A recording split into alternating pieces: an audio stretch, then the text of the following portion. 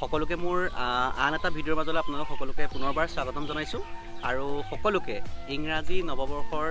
আন্তৰিক শুভেচ্ছা জনাইছোঁ। ভোগালী বিহু গ'ল, ভোগালী বিহুৰ আন্তৰিক শুভেচ্ছা জনাইছোঁ, যাতে আপোনালোকৰ সকলোৱে নতুন দিনবোৰ আচলতে সুখৰ হওক, আনন্দৰ হওক, তাৰে আশা কৰিছোঁ। আৰু আজি যিহেতু শিল্পী দিৱস আৰু শিল্পী দিৱসৰ এই পবিত্ৰ ক্ষণত মই আপোনালোকলৈ সকলোকে শিল্পী দিৱসৰ শুভেচ্ছা জনোৱাৰ লগতে ৰূপকোঁৱৰ জ্যোতিপ্ৰসাদ আগৰৱালাদেৱক শ্ৰদ্ধাৰে কৰিছোঁ। আৰু আজি মই মোৰ ভিডিঅ'টোত কি দেখাম হয়তো সেই কথা আপোনালোকে ভাবিছে যিহেতু ব্লগ, কিন্তু আজি মই শিল্পী দিৱসৰ লগত সংগতি ৰাখি বুলিয়ে ক'ব লাগিব এক সৰু এটা ভিডিঅ' আপোনালোকলৈ আগবঢ়াম, যিটো ভিডিঅ'ত আপোনালোকে দেখিব মানে আমাৰ অসমীয়া এজন যুৱকে তেখেত শিল্পৰ কেনেকৈ তেওঁ আচলতে ব্যৱসায়িক ক্ষেত্ৰখনলৈ ৰূপান্তৰিত কৰিব খুজিছে বা নিজকে সেই বাঁহ শিল্পৰ জৰিয়তে কেনেকৈ নিজক প্ৰতিষ্ঠা কৰিব খুজিছে সেই কথাটো মোৰ আজিৰ ভিডিঅ'ত। ঠিক আছে, মই সোমাই আহিলোঁ আৰু প্ৰথমেই কৈছোঁ যে এজন যুৱক, অসমীয়া যুৱক, যিজন যুৱকে আচলতে বাঁহ শিল্পৰ জৰিয়তে তেওঁ বাঁহ শিল্পৰ জৰিয়তে নিজকে আচলতে এই কৰ্মটোৰ জৰিয়তে নিজকে প্ৰতিষ্ঠা কৰিব খুজিছে বা চেষ্টা কৰিছে। গতিকে সেই যুৱকজনক আজি কিছু সকাহ দিয়া বা তেওঁক কিছু উৎসাহ প্ৰেৰণা যোগোৱাৰ মানসেৰে মই এই ভিডিঅ'টো প্ৰস্তুত কৰি তেওঁ কৰিছে বাঁহৰ জৰিয়তে, বাঁহ শিল্পৰ জৰিয়তে। আৰু এই যে দেখিছে মোৰ হাতত আছে, এইটো এটা বাঁহৰ আমাৰ যিটো বাঁহৰ আগৰ বুলি কোৱা হয়, আগৰ যিটো এটা কিছু অংশ এটা কাটি থোৱা আছে। আৰু এই এনেকৈ কাটি কিছুমান আচলতে ইয়াৰ পৰা আপুনি যদি চাই একদম নেচাৰেল যিটো আমাৰ বেম্বু অৰ্থাৎ বাঁহ, এইবিলাক যে দেখিছে ইয়াৰ পৰা সৰু সৰু কামি প্ৰস্তুত কৰিছে। আৰু কামি প্ৰস্তুত কৰি তেখেতে কি কৰিছে যে কিবা এটা কৰিব বিচাৰিছে, আৰু যিটো কৰিব বিচাৰিছে সেইটো মই মোৰ ভিডিঅ'টো চাই থাকিব লাগিব, তেতিয়াহে আপোনালোকে গম পাব। গতিকে আহকচোন আমি চেষ্টা কৰোঁ কি কৰিছে। আধুনিকতাৰ বা যান্ত্ৰিকতাৰ সময়ছোৱাত বিশেষভাৱে আমাৰ বিভিন্ন যন্ত্ৰ ওলাইছে, যিবিলাক যন্ত্ৰৰ জৰিয়তে বিভিন্ন সামগ্ৰী প্ৰস্তুত কৰিব পৰা হৈছে, বাঁহৰ পৰাই হওক, কাঠৰ পৰা হওক, এনেকুৱা বহু আচলতে যন্ত্ৰ ওলাইছে যিবিলাকৰ পৰা আচলতে বিভিন্ন সামগ্ৰী প্ৰস্তুত কৰে। কিন্তু এই যুৱকজনৰ দ্বাৰা যিজন যুৱকৰ কাষত আছোঁ, মই নামটো এই মুহূৰ্তত কৈছোঁ নিপেন কলিতা, নামচুক পুখুৰীপৰীয়া গাঁৱৰ যোৰহাট জিলাৰ তিয়ক সমষ্টিৰ অন্তৰ্গত গাঁওখনৰ আচলতে এজন যুৱক, যিজন যুৱকে বিভিন্ন সময়ত বিভিন্ন অনুষ্ঠানত আচলতে বাঁহ শিল্পৰ জৰিয়তে তেওঁ বিভিন্ন ধৰণৰ সামগ্ৰী প্ৰস্তুত কৰি আহিছে, যিবিলাক সামগ্ৰী আচলতে আমাৰ ভাওনা সবাহ বা ভাগৱত পাঠত আচলতে সেই বিশেষ তেওঁ সামগ্ৰীখিনি যিসমূহ তেওঁ নিৰ্মাণ কৰিছে সেইসমূহ আচলতে আমাৰ তাত আচলতে প্ৰদৰ্শনীমূলকভাৱে ৰখোৱা হয়। যদি ধৈৰ্য নাথাকে, যদি সাধনা নাথাকে, তেন্তে সেই আচলতে যিটো সম্পদ বুলিয়ে ক'ব লাগিব, তেওঁ এটা সম্পদ আজি তৈয়াৰ কৰিছে বা মুকলি কৰিব মোৰ ভিডিঅ'টোৰ জৰিয়তে। গতিকে মই নিপেন কলিতাৰ কাষতে আহিছোঁ, আমাৰ গাঁৱৰে যুৱক। আচলতে মই বস্তুটো পিছত দেখুৱাম বা যিটো নিৰ্মাণ কৰা হৈছে সেই নিৰ্মাণ কৰা সামগ্ৰীটো মই পিছত দেখুৱাম কি হ'বগৈ তাৰ পৰা। প্ৰথমে এটা কথা সুধি লওঁ যে এই যিটো আমাৰ বাঁহ শিল্পৰ লগত কেতিয়াৰ পৰা ইণ্টাৰেষ্টেড হৈছে, মানে কেতিয়াৰ পৰা এই কামবিলাক আচলতে কৰিবলৈ ইচ্ছা কৰিছে, মনটোৱে কৈছে যে মই কিবা এটা বনাব পাৰিম? ভাল মানুহ আছিলে, তেখেত হ'ল নাথৰাম শইকীয়া। কি ক'লে ক'ব ন, আমাৰ গাঁৱতে ভাগৱত হৈছিলে, তেতিয়া এভাগ নাও মানে যিটো নাও আমাৰ হেৰি কৰে প্ৰচেছন কৰে, সেই নাও ভাগ বনাবলৈ তেওঁ মোক উপদেশ দিলে তেওঁ সদায় সোমায় মানে মোক খুন্দিয়াই আছে বুকুৱে। তেখেতক স্মৰণ কৰিবলৈ পাই মানে আনন্দিতও হৈছোঁ আৰু গৌৰৱান্বিত তেখেতৰ কাৰণেই হ'মগৈ। হৈ গ'ল তেওঁৰে ভতিজাকৰ লগতে মই কাম কৰিছিলোঁ এই আমাৰ টেণ্ট হাউচত। তেখেতৰ টেণ্ট হাউচ আছিলে, তেখেতৰ টেণ্ট হাউচত মই কৰ্মৰত আছিলোঁ। কি ভাবি ক'ব নোৱাৰোঁ, তেখেতে এনেকুৱা এটা অনুপ্ৰেৰণা দিলে, সেই অনুপ্ৰেৰণাটো এতিয়া ক'বলৈ মই বাধ্য হৈছোঁ। তেওঁৰ নাম হ'ল কৃষ্ণ শইকীয়া।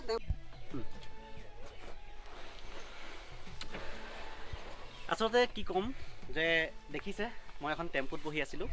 আৰু এই টেম্পুখনত যদি আপুনি চাই সকলো ঠিকেই আছে, কিন্তু টেম্পুখন আজি প্ৰায় 3 মাহ ধৰি এই টেম্পুখন চলা নাই। আৰু কিয় চলা নাই বুলি যদি আপোনালোকে মোক প্ৰশ্ন কৰে, মই কি ক'ম? হয়তো আপোনালোকে ভাবিব যে টেম্পুখন বেয়া হৈ আছে বা কিবা এটা হৈ আছে, কিন্তু উত্তৰত সেইটো নহয়। উত্তৰত হৈছে যে এই টেম্পুখন ভাল হৈ আছে, কিন্তু এই যিখন টেম্পুৰ পৰাই নিজৰ উপাৰ্জন উলিয়াইছিলে, নিজৰ পৰিয়ালটোক আচলতে নিজৰ ঘৰখনক ইয়াৰ পৰা উপাৰ্জনমুখী কৰিছিলে, কিন্তু এই টেম্পুখন ৰখাই প্ৰায় 3 মাহ ঘৰত বহুৱাই তেওঁ কি কাম কৰি আছে, কিয় কৰি আছে, সেই কথাটো দেখুৱাওঁ। এতিয়া আহক মোৰ লগত, মই দেখুৱাম এতিয়া যে এভাগ সৰ্প যদি সন্মুখৰ পৰা যদি চাই দেখিছে আচলতে কেনেকৈ নিজৰ প্ৰচেষ্টাৰে কিমান সাধনা হ'লে আচলতে এনেকৈ কিবা প্ৰস্তুত কৰিব পাৰিব। মই নিপেন কলিতাক অলপ দেখুৱাই দিব লাগিব। এই সৰ্পবাসত আচলতে এইটোতো আমাৰ বাঁহৰ কামিখিনি কামিখিনি আৰু এয়া এইটো বাঁহৰে বাঁহৰে বাঁহৰ মুঢ়াটো অঁ কাটি পেলাই ইয়াত গোল কৰি ইয়াত লগোৱা হৈছে আচলতে চাওক আইডিয়াখিনি চাওক না আপুনি এইটো বাঁহৰ মুঢ়া আৰু বাঁহৰ মুঢ়াৰ পৰা চকু প্ৰস্তুত কৰিছে গতিকে এইখিনি সম্পূৰ্ণ বাঁহ ইয়াত বেলেগ কি আৰু কি আছে বাঁহৰ লগত কিবা বেলেগ আছে বেলেগ একো একোৱেই নাই একো নাই ভাবক বাঁহৰ লগত কিন্তু একোৱেই সংযোগ নাই ইয়াত আপোনাৰ অকল বাঁহ আছে মানে বাঁহৰ পৰা কামি প্ৰস্তুত কৰি এনেকৈ তেওঁ বনাইছে আৰু এইভাগ সৰ্প বোলা অলপ ধৰি দিয়কচোন মানে হেৰিকৈ কলিতাক সাহস যোগাবলৈ গাঁৱৰ কেইবাজনো যুৱক আহিছে মই যদি বুল্লাক চিনাকি কৰিম বুল্লাৰ লগত থাকে আৰু কৃষ্ণদা আছে এইটো পিলাৰ থাকে অঁ কিবা দিনৰ হেৰি থাকে না এই পিলাৰটো এইবোৰ অকণ ভাঙি মূৰত নহ'ব নেকি এইটো ভাঙি পেলাই বনোৱা হৈছে ইয়াত কোনো গাঁঠি চিষ্টেম নাই বা টাঙা চাৰ একো ব্যৱহাৰ কৰা নাই অকল বাঁহতে ফিনিচিং হৈছে এইটো খুটাৰ পিলাৰটো এয়া হৈছে খুটাটো পিলাৰ তলৰ যিটো অংশ সেই পিলাৰটো য'ত আচলতে খুটাটো ইয়াৰ ভিতৰত থাকিবনে ইয়াৰ ভিতৰত সোমাই যাব এইটো পিলাৰ প্ৰস্তুত কৰিছে কেৱল বাঁহেৰে আৰু বাঁহৰ লগত যদি চাই ইয়াত কিন্তু কোনো তাঁৰ নাই আপোনালোকে চাওক ভিডিঅ'টোত যে ইয়াত তাঁৰ কোনো ব্যৱহাৰ কৰা নাই কেৱল আমাৰ বাঁহৰ কামি প্ৰস্তুত কৰি আচলতে এই পিলাৰ প্ৰস্তুত কৰিছে পিলাৰ আপোনাৰ এনেকুৱা পিলাৰ আপোনাৰ দুটা আছে এইটো এটা পিলাৰ হয় এই দেখিছে একেধৰণৰ পিলাৰ ইয়াত আপোনাৰ খুটা থাকিব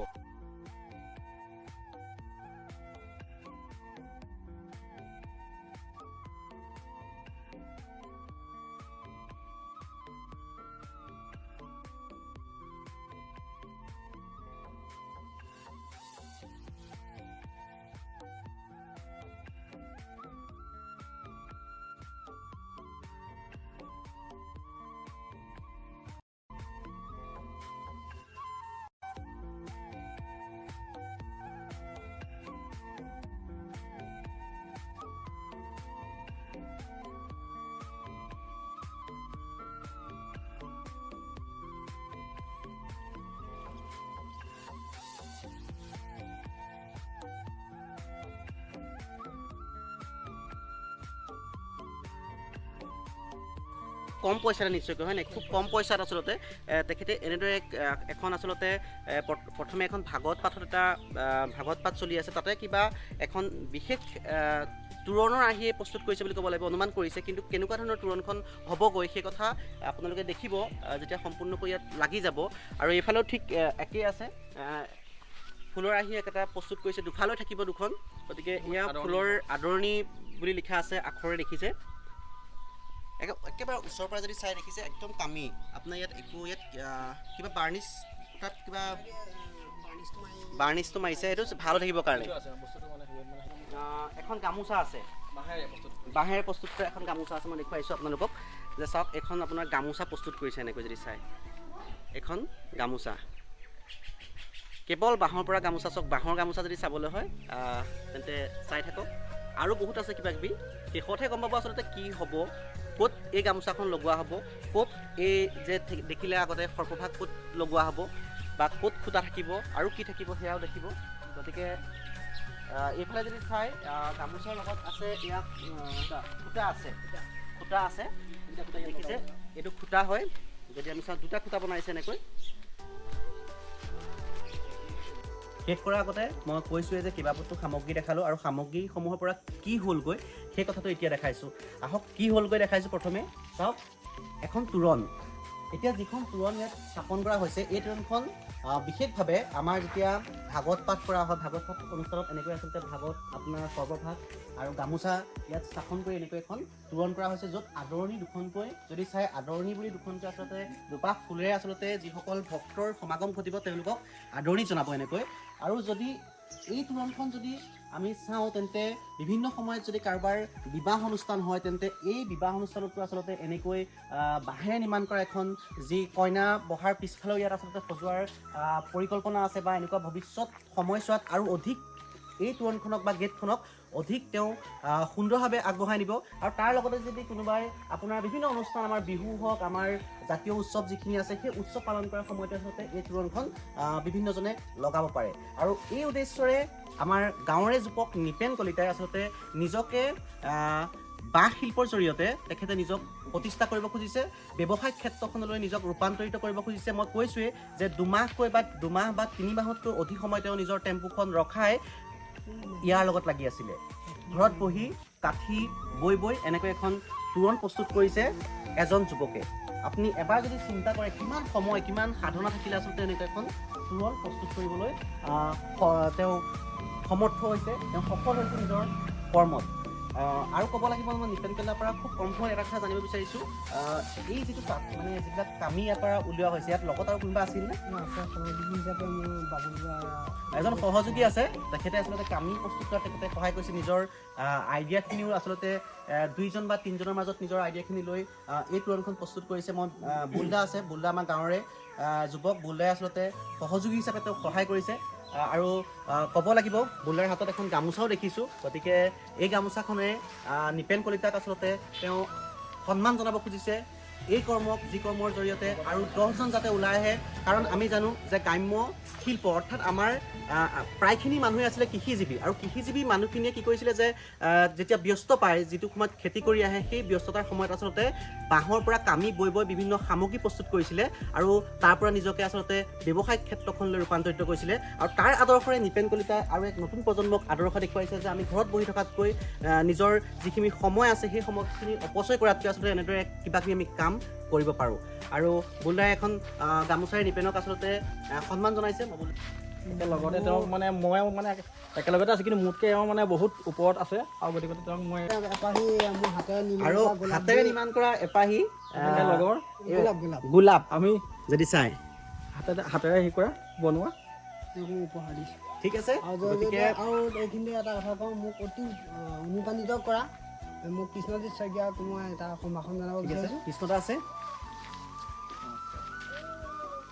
আৰু সুদূৰ শেষত আপোনালোকলৈও বনাই থৈছোঁ। ঠিক আছে, লওক আপোনালোকলৈ গোলাপ দেখিলে গোলাপ ল'লোঁ, যদি চাই একদম বাঁহৰ পৰা ওলোৱা গোলাপ, স্মাইল দি আছে বঢ়িয়া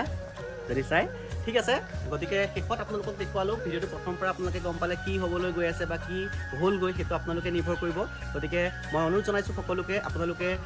ভিডিঅ'টো যদি ভাল লাগে কমেণ্ট কৰিব আৰু লাইক কৰিব। লগতে মোৰ চেনেলটো বিশ্বজ্যোতিষ ব্লগ মোৰ ফেচবুকতো আছে, গতিকে আপোনালোকে ফ'ল' লগতে মোৰ চেনেলটোক ছাবস্ক্ৰাইব কৰিবলৈ যাতে নাপাহৰে। শেষত সকলোকে পুনৰবাৰ